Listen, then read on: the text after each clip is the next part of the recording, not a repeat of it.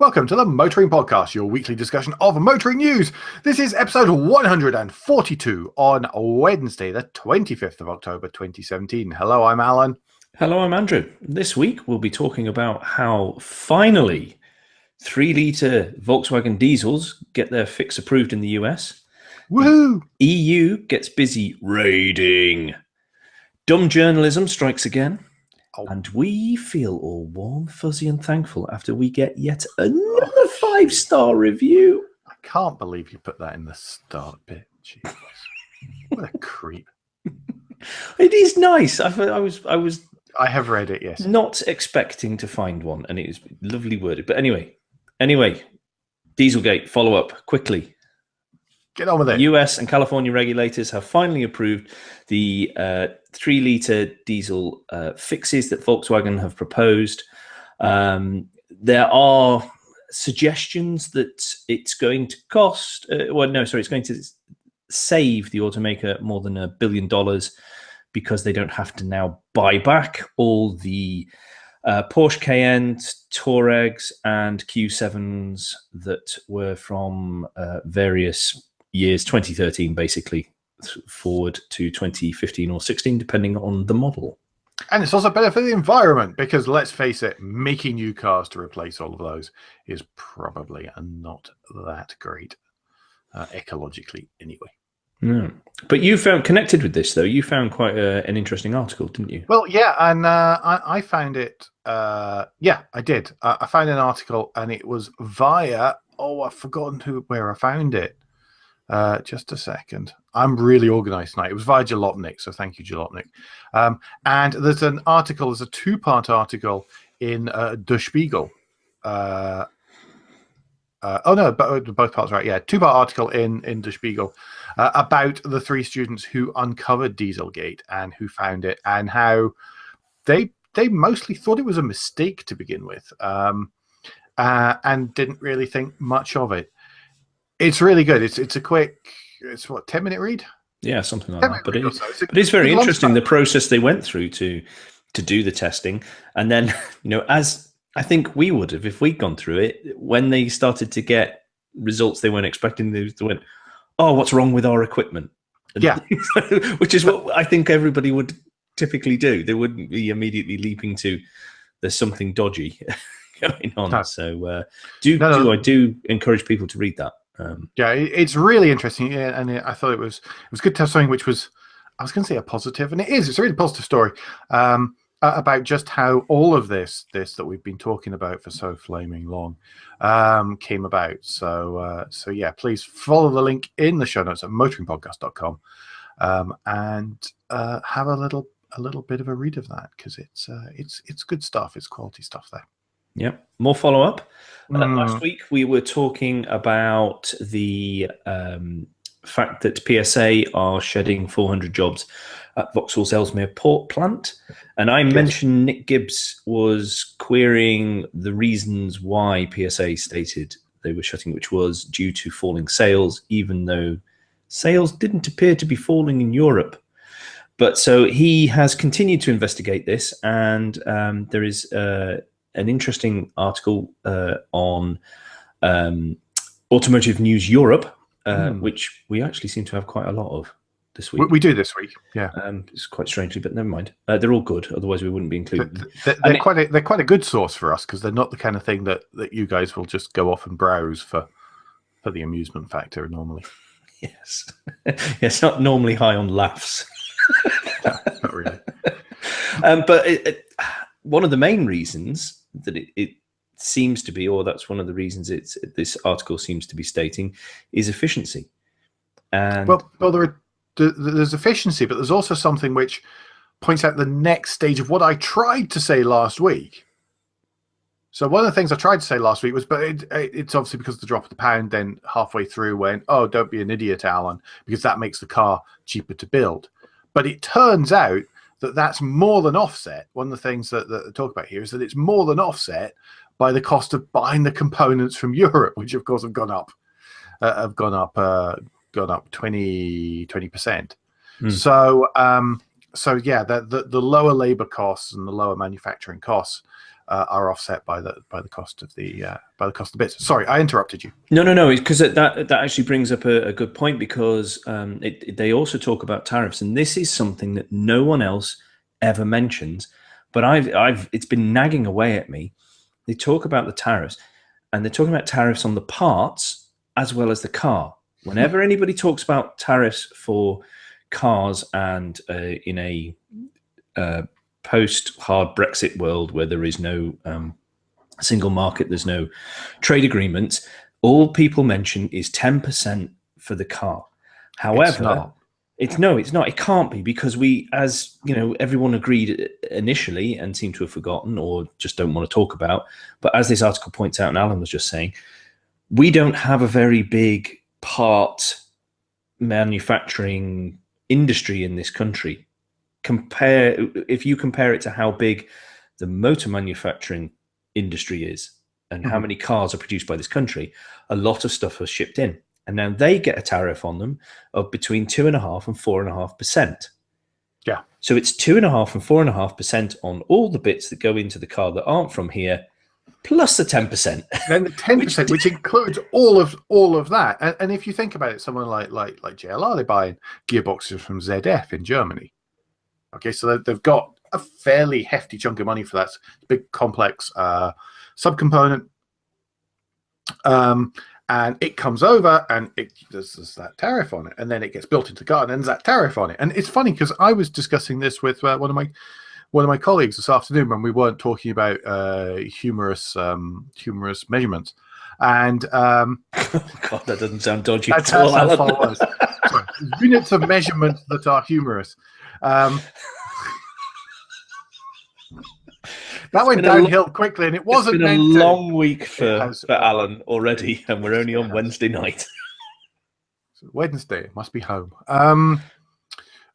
So we were talking about how these compound up, and why that was not a good thing at all. So you can see where some manufacturers have talked about moving certain manufacturing abroad. They will be prepared to take a 10% hit as opposed to 10% plus hit.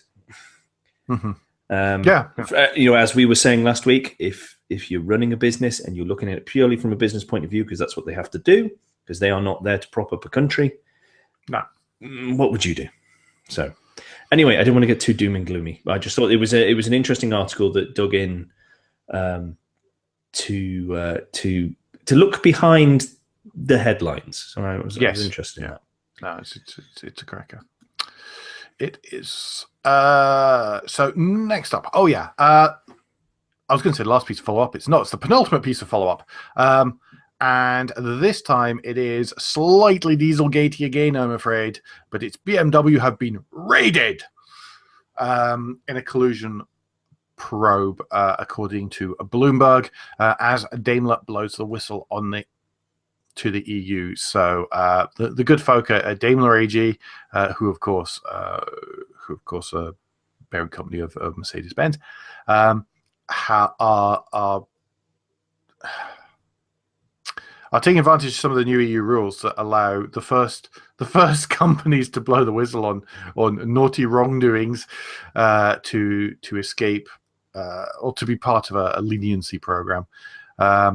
And what they're saying is that Volkswagen, BMW, and Daimler may have colluded on pricing across the EU. Yes, well, that whole leniency lasted until BMW were raided on the Friday, and on the Monday, Daimler and Volkswagen were raided. So the leniency lasted a whole weekend. It's all about AdBlue and size of AdBlue tanks and the AdBlue one is. I mean, we have mentioned it before, but the AdBlue one seems very daft. That people are saying they've colluded on pricing of the AdBlue when the size of the AdBlue tank really. I mean we've heard discussions where, particularly over the Dieselgate thing, where I think it was Audi were talking about the engine, saying we can't keep asking it was alleged that they couldn't keep asking their customers to keep filling the AdBlue every few hundred miles. Therefore, that's why they said it was going to be 1,000 miles and things like that. Yeah. But why would you deliberately make it smaller or something? You wouldn't deliberately make that smaller to be for that one seems daft. I mean, I'm more able to believe that they have got together and said, right, if you have this particular gearbox, then we're going to charge this amount for a car or something. That makes more sense. Mm-hmm. The AdBlue one just doesn't really make sense to me. That's a collusion thing, to be honest. Yeah, it's all a bit weird, and it just seems like infighting. And when we actually understand more, we'll talk about it more. I think when something that really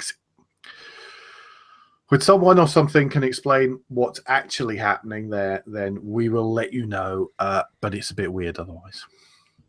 So come on, last piece of collusion-y related follow-up here, Andrew. Yes. FCA and the French. Yes. FCA are under investigation in France over their diesel engines and whether they still fulfill the test regimes and all the rest of it. They're looking in particular at the 1.6 and 2 litre multi-jets, as well as 1.3 litres that were on the Doblo and the 2 litre in the Jeep Cherokee. What is being suggested is that they are not as helpful as the French judicial inquiry was expecting, I think is the polite way to put this without having to end up in court. FCA have, well, you would probably not be surprised to hear, denied this. And they are more than confident that this will all be sorted out and it will be shown that they haven't been obstructing the lead investigator in any shape or form. Nicely done. Worth mentioning as well that Opel and Mercedes-Benz were cleared by the French consumer fraud watchdog, the snappily titled GGCCRF, of deceiving buyers over this kind of stuff already. It's just, yeah, they don't really feel that Fiat is taking them for lunch and explaining the matter nicely, I'm sure. Or something along those lines. New news. And new news. It's best you start with this one. Well, given that the title of this article in our listing, which was added by Mr. Close, starts "Stupid bill that only looks at insurers or government to make EV charges mandatory at large petrol stations and motorway services." I'm not really sure that that's the title given in the Autocar article. Oh no, it isn't. Or the title for the bill. Or the title for the bill. That went through Parliament. So the bill is actually called the Automated and Electric Vehicles Bill. It was introduced by Transport Minister John Hayes to the Commons, and it is hoped that it will lead to multiple charging points being installed at each of the UK's motorway service stations, as well as many other petrol stations. Now, don't you find it very interesting that this was announced? Oh, what was it? The whole 2, maybe 3 days after Shell went, look at us, we're going to put electric charging points in all petrol stations because we're great. Can I make a point here? Well, so what? Sorry, I don't mind me on this at all, but so what? I don't like the duplicity of it. No, I didn't mean, sorry. You misunderstood. I wasn't going so what at you and the timing of the announcement. My apologies. The so what was we're going to put EV charging points at all large petrol stations and motorway services. Most motorway services already have EV charging points. At least one company are looking to put an EV fast charge point, and note I'm saying fast charge points, at as many motorway junctions as they possibly can within 10 minutes of any motorway. That's their aim. That's where they're aiming for. So do you know what? I don't care about this. This is the government trying to say that they're mandating something which industry is already doing. I don't get what's special about this. Other stuff, It other is what points, you say. No, but it is what you say. on those particular points, I feel that They're so trying it's to look. happening already. They're trying to look as though they're leading it when they're not. Yeah, they are. And what they say, yeah, exactly. The other part of that is of course there is one of the things they're also investing in is in town, or trying to push forward, is inter town charge points, possibly based around being able to plug into lampposts. That I think actually is a really good idea, because and I think that unless there is a central body or mandate kicking local councils up the posterior to actually get them to act on this and not go, but something terrible might happen and then we'll be blamed and it'll be awful. So I do think it's good that they are being. I do question the lamppost idea, though. I really, from a practical point of view, they are always set back across the pavement. That's my. Someone needs to come up with a way of executing that in a safe manner. Otherwise, where there's a blame, there's a claim. It's going to be your cables tripping up. Yeah, exactly. I mean, they're going to have to build troughs in or something, whatever it is. But somebody's going to have to go, this is how we're doing it, so it's safe. Yeah, absolutely, which I think is great. Now, the other part of that is to do with insurance around or autonomous cars. Now, Andrew, take a deep breath. I'm taking many deep breaths. Okay, good. Keep holding that breath. Mm. And who's liable in all these kind of things? The insurer's liable for any damage. According to this, it says the insurer is liable for any damage caused if the car is insured and driving itself. If it's not insured and the accident is caused by the car when driving itself, the owner is liable because he's not insured. Well, that's fine. The owner will also be liable for accidents if they've modified the software of the car or failed to install important updates. Now, I have a funny feeling that somebody's going to go slightly ape at that last bit. They failed to install important updates. But we'll see what happens with that. He's obviously not. He's restraining himself. If you're watching on the video, okay. I've got several issues with this. Okay.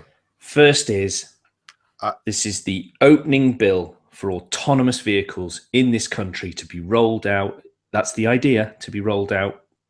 Still go back to my many questioning whether they will ever actually happen at all on a wide scale. Let's move on from that and let's pretend that they will. But they are okay. Let's say that they are laying the foundation to allow that to happen if the technology and software is there to enable it. Exactly.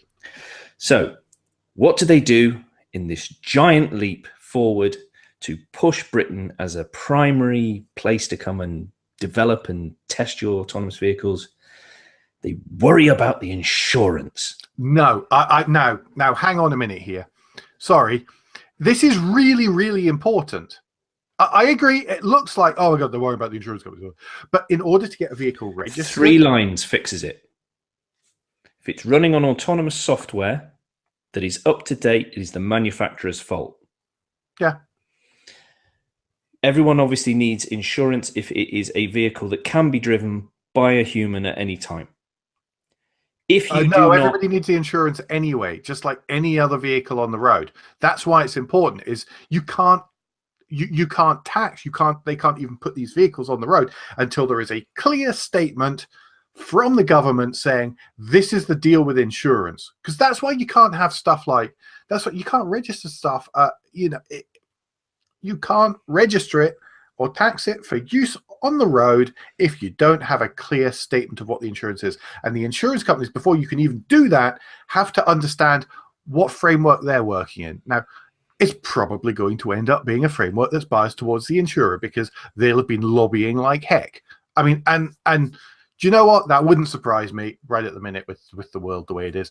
And the thing is that there is a line in the sand. This is the starting point. This is the origin of it, and we can work from there. But there needs to be a statement around that. Otherwise, the insurers can't decide what the insurance is going to be and how that's worded, and then they can't. But the first set of clear rules has been set out. Now, the failed to import install important updates is pretty smushy. Yes, How important is important? You know, there's no. Oh, they define what's the that. measure They of do success? define They do that. define it. Oh, that's They not do enough. define what is, and it's, and I don't have it to hand now, but that is defined.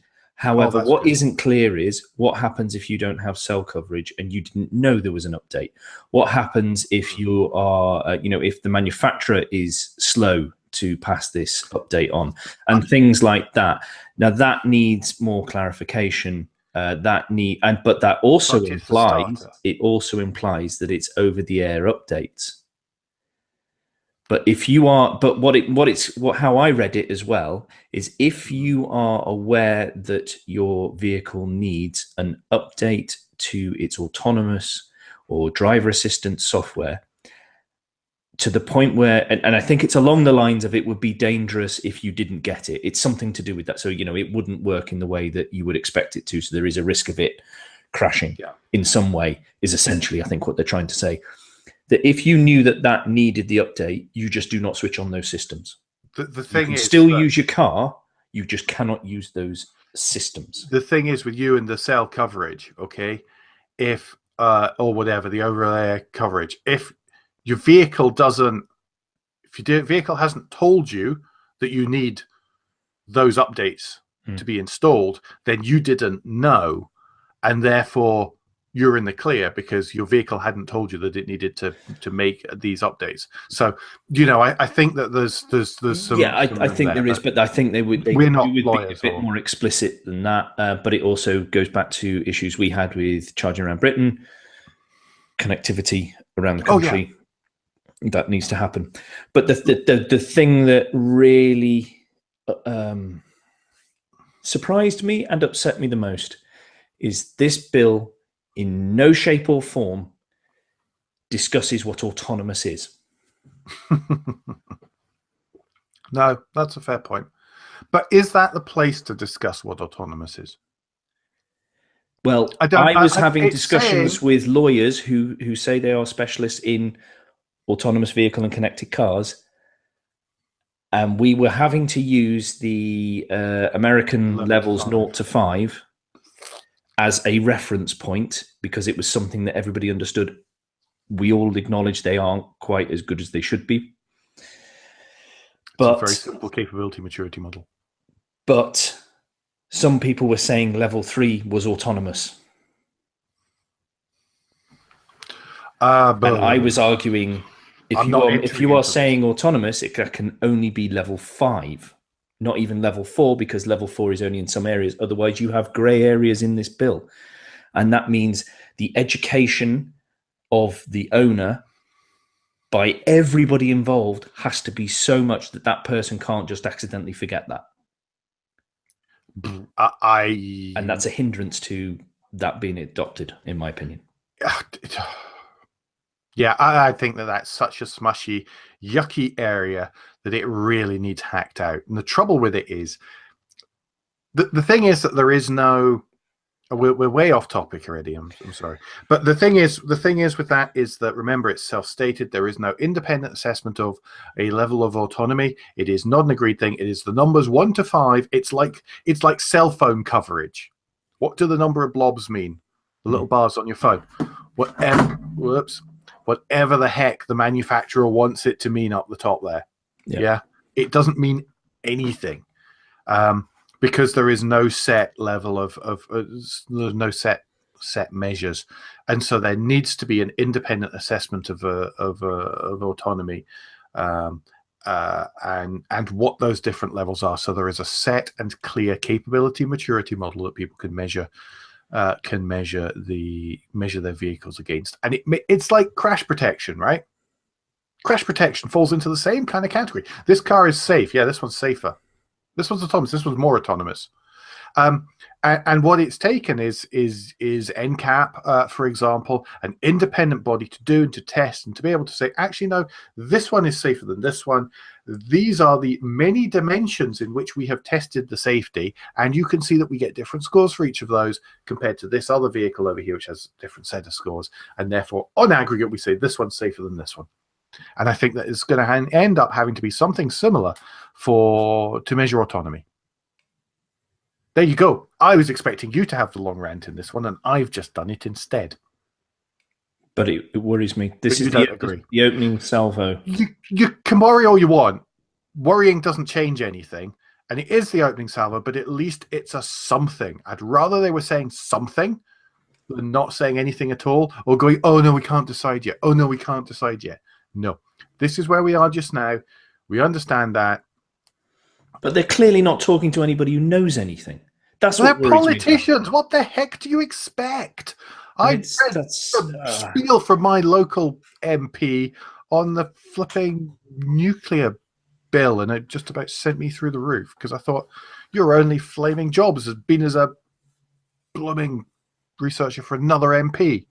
Wow, you can talk about scientific and engineering stuff, can't you? And it's the same problem. It's the same problem here when it comes to autonomy. Can we move on? Because you've now got my blood pressure up. Okay, this is a quick one, though, because people can go away and read this incredibly long article, actually. Really long article. Didn't need to be. Which one is it? This one's been out for a couple of weeks. Yeah, it's been out for a little while, but in case you've missed it, it's on the BBC News website. It's a journalist was testing his 23-year-old Volkswagen Golf, petrol Golf, against his... Which has been living in the UK, and it's French registered, I also noticed. No, he only came back a few months ago. He'd been there for a year. A few months ago, yeah. Mm-hmm. Against his father's 2009 Skoda diesel. So it's to try and work out, which are worse. So can I ruin it for everyone? Go on then. The answer is it depends. Depends what you're measuring, how you're measuring it. Just as I've said about autonomy. It's worth reading. It's quite long. It is it's a 15 or so minute read anyway. Yeah, I was expecting to be much shorter than that. Yeah, so was I. But it was interesting to see someone who isn't a car person, try and get to work out with all the noise there is from the anti-car brigade, and then you've got the people who are more focused on car manufacturing, who's saying it's not as bad as that, and all the rest of it. So he was trying to cut through the noise and find out what is actually the truth, and that was interesting. Mm-hmm. Right, new news. It's good. Have a listen. So this week, instead of Designers Roundtable, what we offer you is CEO's Boardroom Table. It's Volkswagen's musical chairs. Volkswagen musical chairs.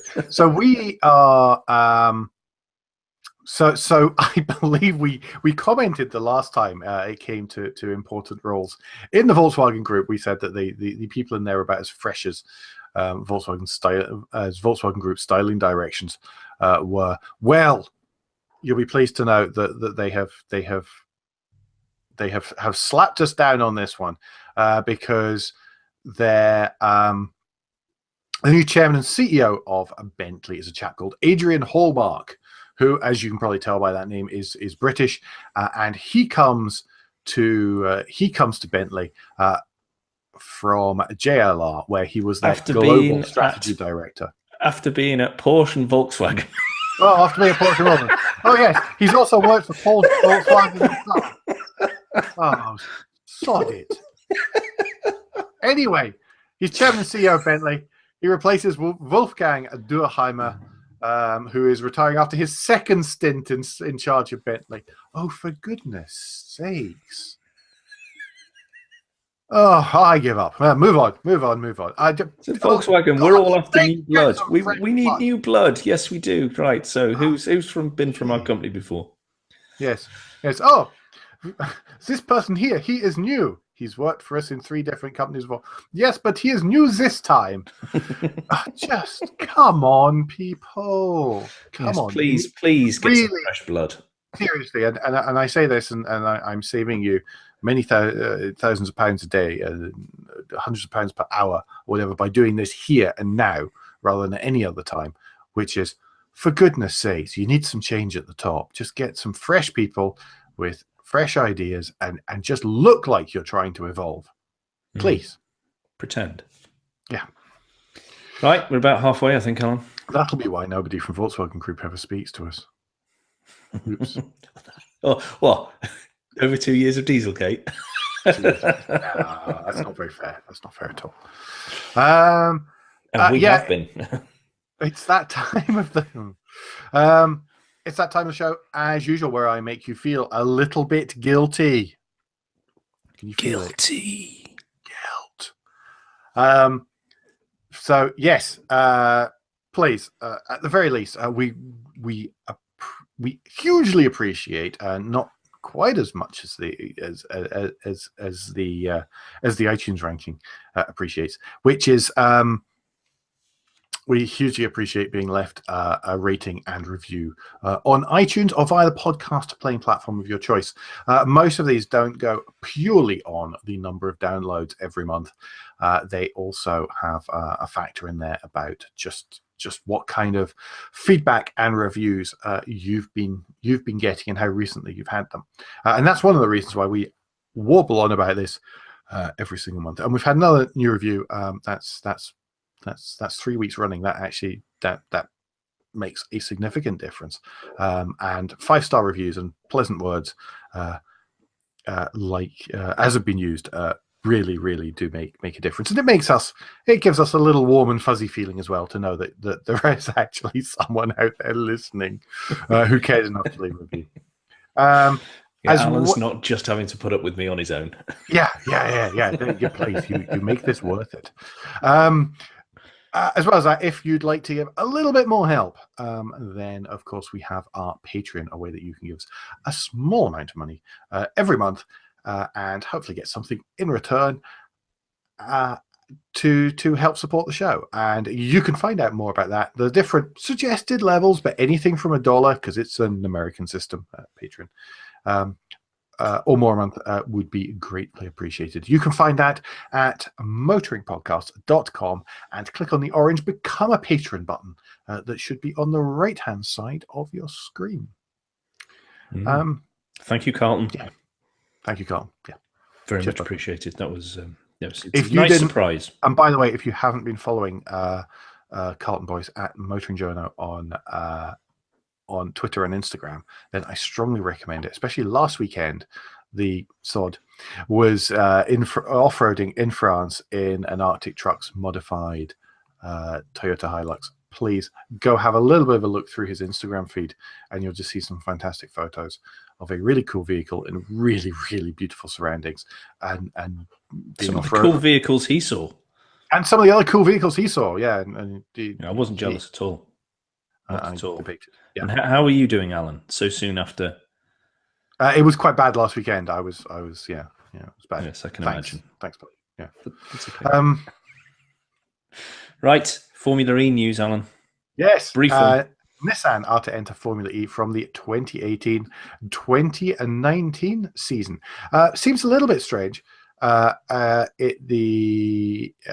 you look at it initially, thinking, but Renault are already in there. Renault have been involved in Formula E right from the start, and they own the Renault EDAMS team.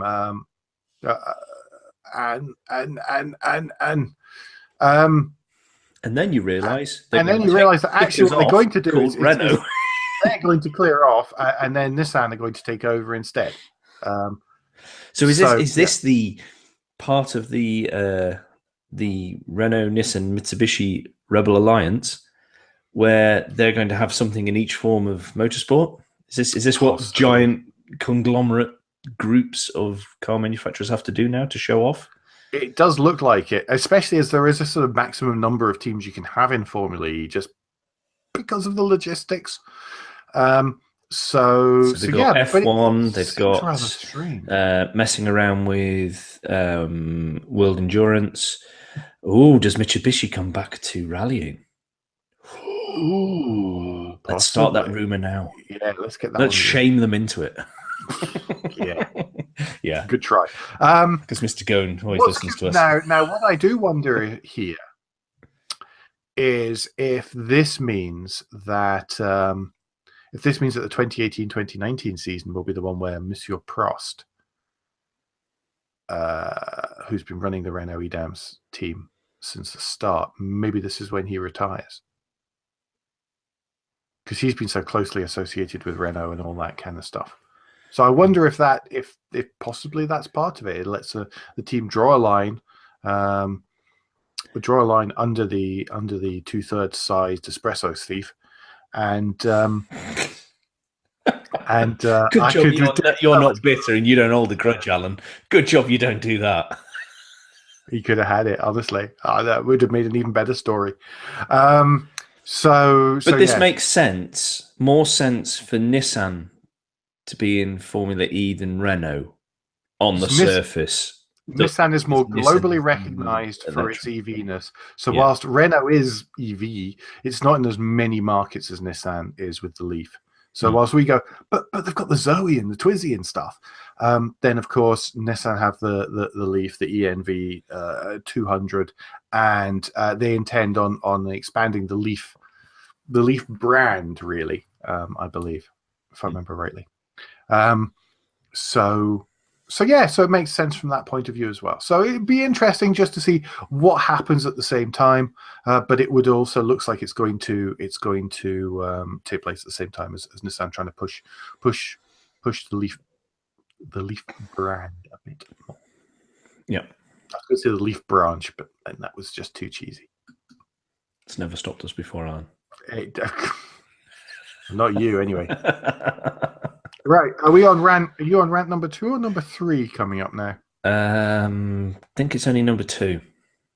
This was the second of the articles throughout here that I am concerned that I may have to edit myself with the European siren. So you'll be fine. Go on. Right. New York Times columnist David Leohard described his time in a driverless autonomous Volvo S90, which caught many of us by surprise, probably Volvo included, considering that Volvo V90 is not driverless nor autonomous. Actually, I think, sorry, can I just double check you on that one? Did he not describe it as, I've lost it now. This is part of the partly thing. Autonomous, semi-driverless. No, this semi-driverless. No, that this is the problem. He uses all the terms. He does. Well, he does. Driverless cars made me nervous. Then I tried one. Yeah, driverless, semi-autonomous. Then it went on to describe as though it was all autonomous, and then it wasn't autonomous, and then he was not trying anything that was a driver assistance for 4 days, and then he was, and he was terrified. But all this, these things. This is.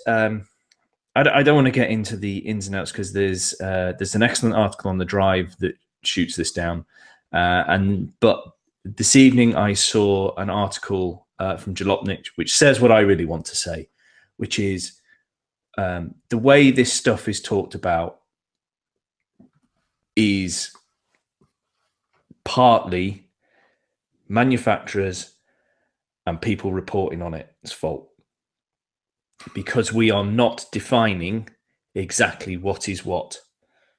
So whenever it says, somebody said, you'll see a clickbaity article, particularly by people who don't know, who are just, they're writing a BuzzFeed article or some nonsense like this without, not being in the specialist motoring press, particularly them. They will say something like, oh, I got behind the wheel of this driverless Tesla, or this driverless, in America at the moment, the Cadillac's got an enhanced driving assistant cruise control thing. But they'll come out and they'll say, oh, I sat there and, I let the car drive itself, when they're only talking about lane keeping assist and they're talking about adaptive cruise control. Yeah.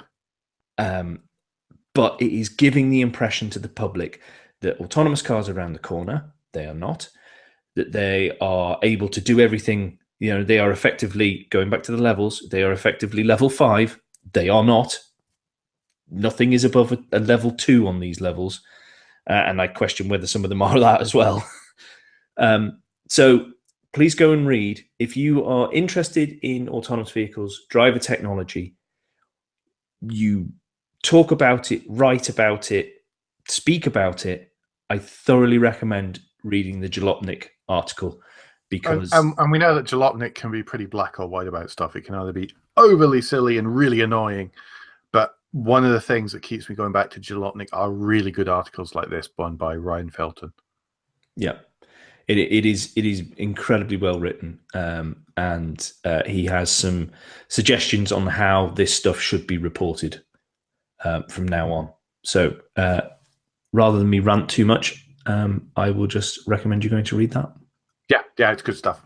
Good stuff. It is. So Nice little quick one, I think. Nice little quick one. Gordon Murray. All hail Gordon Murray. The all bow to iStream production process. Formula, yes, the Formula One and road car designer is to make his own low volume models using the iStream production process. Now, you remember iStream's been muttered about the process he and the others at Gordon Murray Design came up with initially with that 3-seat T25 city car. You'll remember that's the one with the front that kind of lifts up forwards. There, and it's also been talked about in conjunction with stuff like a couple of Yamaha concept vehicles, 2015 Yamaha Sports Ride concept being one of them, and also most recently, for us anyway, to talk about it in conjunction with the Ox as well, which Gordon Murray Design was involved with. But it looks like he is going to set up a small car manufacturing operation called Gordon Murray Automotive. He's awfully Don't be a psychologist on it. Just keep the innovation on keep the innovation in the engineering and not in the naming. So they plan to create a flagship model car, which, according to this Autocar piece by Steve Cropley, says that it will buck the current trend for ever more complicated and heavy vehicles and to draw on the design and engineering principles of the McLaren F1. So be clever, be light, etc., etc., etc. So if it draws on the design and engineering principles of McLaren F1, it is unlikely to be an SUV. Sorry, I've done well. I couldn't I've done well. I've done well. You have. You have had a rum week, and like I said, we're only at Wednesday. Yeah. So that should be interesting. Let's see what comes out of that. iStream principle also, by the way, used for the TVR Griffith, because somebody else will point that out. I know what our listeners are like. And they intend on doing the manufacturing at Dunsfold, the Top Gear test track. Cool. Yes. Right, we're on to list of the week. Woo. Bit of a different list this time. This is from Car Magazine, and it's been out a week or so. A week or so. And it is the continuing a theme from me this week. 2 weeks, yeah. Continuing a theme from me this week. 13 reasons why we're not ready for our motoring future, as I pour water on the fires of optimism and joy about our future mobility. God, smart or otherwise. You're like the antithesis of Elon Musk, aren't you? Yin and yang. Got to keep the world balanced. Got to keep the world balanced. But this is, it is actually, I have just scorned there, but it is interesting by Colin Overland and Ian Adcock, where they go through and discuss 13 points that are areas that really need to be considered, addressed, shaped for the type of future we're being told that is coming our way with mobility, particularly in big cities or mega cities as they're going to be. So I'm not going to run through the list, but I thoroughly encourage you to read it and just see how, I mean, we've talked about this before, but how difficult working out how to make transport work in the future is. And that's now. And, you know, that's right now. And some of that is because of technological limitations, but some of that is because what is being asked to happen is just so complicated. And we will have to change our the way we work as a society in some of these instances as well. So this all has to work together to make it this all has to be adjusted together to make it work. I think there's a good point. A good point here on your one about people have to change their behavior to work with the technology and systems. Hey, I wonder how I get my money. Is number 8, range anxiety as a deterrent. And what I really like is the quotation from Eric Fairbairn from PodPoint, electric charging people, about don't map your old behavior onto new technology. And that's what we keep trying to have to explain to people with EVs. Yeah. And that's just one tiny little easy to solve one of the 12 here. 12? 13. Well, yeah, they've gone to the full-on BuzzFeed odd number. There as well, and it's there's some serious stuff in there. There really is some serious stuff in there. Yep, there we go. Gosh, that was a heavy list of the week, wasn't it? No, but I think it's when an interesting starts with number 1, the fun will get squeezed out. That's you think, oh, okay, it's not a Gavin Braithwaite Smith list. I will admit. I'm sorry, guys. There are no Austin Allegros involved in that list. We have failed, or small Citroens. Small Citroens, is it not? Yeah. Right, come on. And finally. Finally this week, the whole idea of toy cars just isn't new, according to the Archaeology News Network. Yes, it exists outside of Have I Got News for You, folks. Sorry, Lobster Diecast, for this one. Sorry. That a dig archaeological excavations in the ancient city of Sogmata, goodness knows how you pronounce that, in southeastern Turkey, has unearthed what is thought to be the oldest toy car. Well, it's not really a toy car, obviously, but it is a 5,000-year-old toy chariot with wheels that looks like it was made for children. What I think is it's cool. What could have happened if only they kept it in the original packaging. Just think how much it would have been worth. Can you imagine? Yeah. You see, you give one to the child, one for their future inheritance. Kept it in the packaging. Yeah, fool. I'm trying to work out what it's made from. I can't actually see it. Well, I would suggest clay. Enormous. But essentially, the toy dates back towards the Bronze Age, really. So it's cool. It does look like it's made of clay, and it does look quite good fun, actually. I imagine that people will be making replicas and selling them. So there you go, Lobster Diecast. You can get in on that one, David. Yeah, they found miniature horse carriages, rattles, all sorts of fun stuff there at that site. I thought that was quite a good one just to round off on. Which does round us off, unsurprisingly, given I've said it about 3 times there. It does round us off for this week. Before we finish up, parish notes. Parish notes. I cannot make it next week. You can't make it next week. I am traveling again around the place. From now until the end of November, there may be a little bit of shuffling around of nights for the news show, I'm afraid. I have... One of the reasons I'm so knackered this week is that I have agreed a number of traveling dates between now and the start of December. Some of which is for your listening pleasure, though, when it comes to Tuesday nights. So it's not all because I'm being selfish and actually working. No, it's #tease. #tease, yes, something like that. So there's some stuff happening then. You'll notice we haven't talked about the Tokyo show this week. Do we have a date for that yet? I answered you earlier on. Yes, it is that time. It is that one. Everyone has said yes.